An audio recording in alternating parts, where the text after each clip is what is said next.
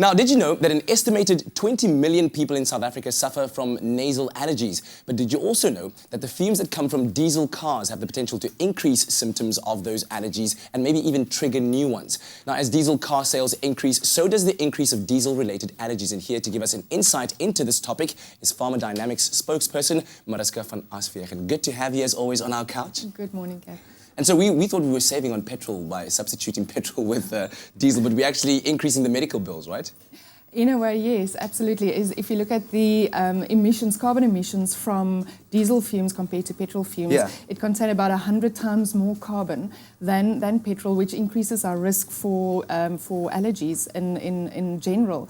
And it also contains what they call particulate matter 2.5, which is a small particle that's able to access or to penetrate your lungs easier, and that exacerbate the symptoms of allergies. Yeah. Yes. And what are some of those symptoms and risks associated with diesel allergies? It is the typical allergic rhinitis symptoms. It can aggravate your asthma symptoms, in other words, a tight chest, difficulty to breathe, nasal symptoms, runny nose, itchy eyes, etc.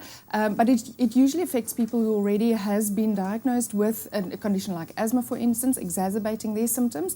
But it can also trigger latent allergies in people who has never had allergies before if they are exposed to these carbon emissions for prolonged periods of time. All right. So why do you think is it that, other than saving on fuel, but obviously the diesel price is also going up right now, but why are diesel car sales rising in sales?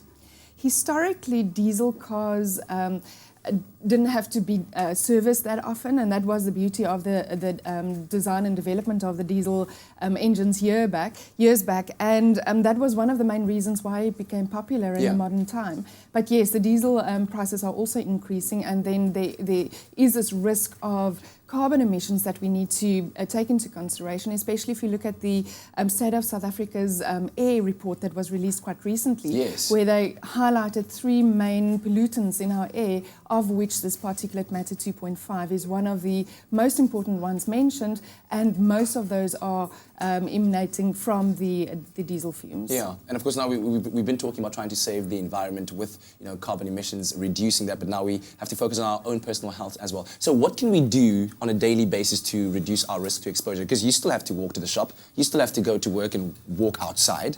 Absolutely. I think the biggest risk is if you spend a lot of time in traffic, because if we look at the statistics of South Africa's age of our car park, if you look at it that way, on average, the light motor vehicle age is about 11 years in South Africa, and the public transport vehicles are about 14 years of age.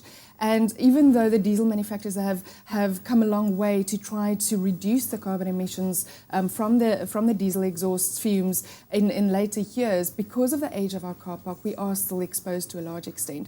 So wind up those car windows if you spend a lot of time in traffic. Your aircon in your car can actually filter those carbon particles as well. So that's an important way to try to reduce your risk of inhaling these carbon emissions. And yes, it's important for you to try to minimize your time that you do spend in the environment where these carbon emissions are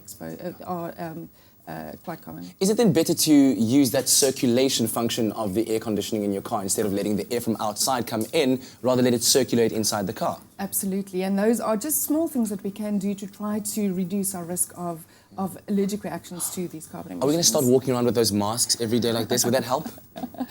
Well, some do believe, especially if you look at the Asian countries, some do believe that makes a difference. But that just ruins an outfit, doesn't it? Absolutely, yeah. Mariska, thank you very much for joining us this morning and sharing with us. But of course, you'll be back here with us a bit later on when we tap into some of the unusual allergies that we see coming to the fore during the season. Right now, let's go over to Zoe. Pharma Dynamics. Effective, affordable healthcare.